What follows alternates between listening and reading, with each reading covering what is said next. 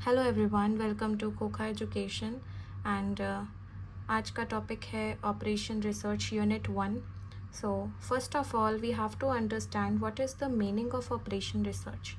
सो basically इसे easily समझे तो ऑपरेशन रिसर्च एक प्रोसेस है जिसमें किसी प्रॉब्लम को मैथमेटिकली सॉल्व किया जाता है और उसमें कई सारे सॉल्यूशंस निकलते हैं, अल्टरनेटिव सॉल्यूशंस निकलते हैं और उन अल्टरनेटिव सॉल्यूशंस में से जो सबसे बेस्ट सॉल्यूशन होता है, जो सबसे ऑप्टिमल सॉल्यूशन होता है, उसे चूज़ किया जाता है डिसीजन मेकिंग के लिए। सो इस प्रोसेस को हम क्या कहते हैं? Operation research. लेकिन हम फिर भी जो हमारे बुक के अकॉर्डिंग डेफिनेशन होती है उसे भी एक बार डिस्कस करते हैं। सो ऑपरेशन रिसर्च एक साइंटिफिक अप्रोच है to solve any problem and which is used for decision making in management and in organizational context।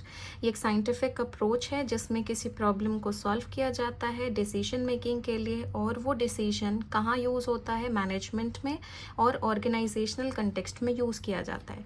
Let's say एक एग्जांपल लेते हैं कि मान लीजिए कि हमें कंपनी में किसी ऑर्गेनाइजेशन में 1000 यूनिट्स की प्रोडक्शन करनी है, तो हमारी प्रॉब्लम ये अराइज होती है कि इस 1000 यूनिट की प्रोडक्शन में हमें कितनी मशीन्स का यूज़ होगा, हमें कितनी मशीनरी लगेगी। तो ये हमारा प्रॉब्लम आ गया यहाँ पे, और इस प्रॉब्लम को मैथमेटिकली सॉल्व किया जाता है और उसमें काफ़ी सारे सॉल्यूशंस निकलते हैं और उसमें से जो बेस्ट ऑप्टिमल सॉल्यूशन होता है उसे चूज़ करके एक डिसीजन लिया जाता है। सो ये इजी डेफिनेशन है ऑपरेशन रिसर्च की। So unit 1 fundamentals of decision making में हमारा नेक्स्ट टॉपिक है types of decision in operation research. Operation research में कितने तरह के डिसीजंस लिए जाते हैं उनके बारे में आगे का हमारा टॉपिक है। सो हमारा फर्स्ट टाइप होता है नॉर्मेटिव, सेकंड होता है डिस्क्रिप्टिव एंड थर्ड होता है प्रिस्क्रिप्टिव। नॉर्मेटिव क्या होता है? नॉर्मेटिव में हमारा सबसे बेस्ट डिसीजन आइडेंटिफाई किया जाता है किसी भी गिवन सॉल्यूशन, किसी भी गिवन सिचुएशन के लिए, कि ये सिचुएशन है तो सबसे बेस्ट डिसीजन क्या होगा।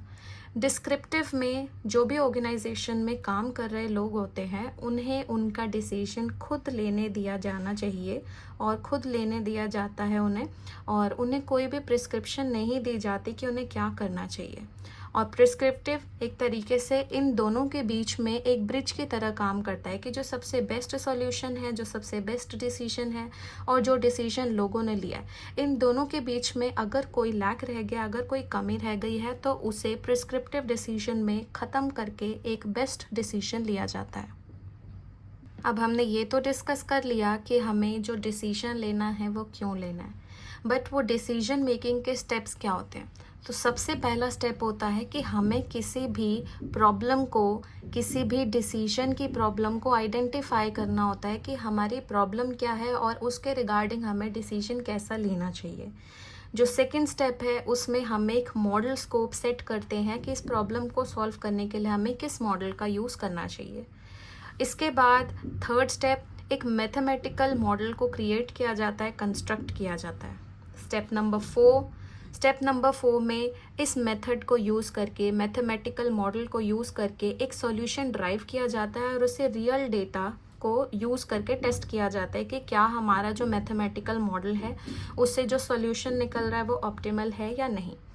इसके बाद इस पूरे प्रोसेस में जितने भी सॉल्यूशंस निकले हैं उसमें कंट्रोल्स किए जाते हैं, जो भी उसमें कमी है या फिर जो भी उसकी नीड्स हैं उसे कंप्लीट किया जाता है, और आफ्टर दैट इस पूरे स्टेप को इम्प्लीमेंट किया जाता है सॉल्यूशन निकालने के लिए, कि हम उससे काफ़ी सारे सॉल्यूशंस निकालेंगे और जो सबसे बेस्ट ऑप्टिमल सॉल्यूशन होगा उसे हम ऑर्गेनाइजेशन में यूज़ करेंगे। So there are 6 steps for decision making in operation research.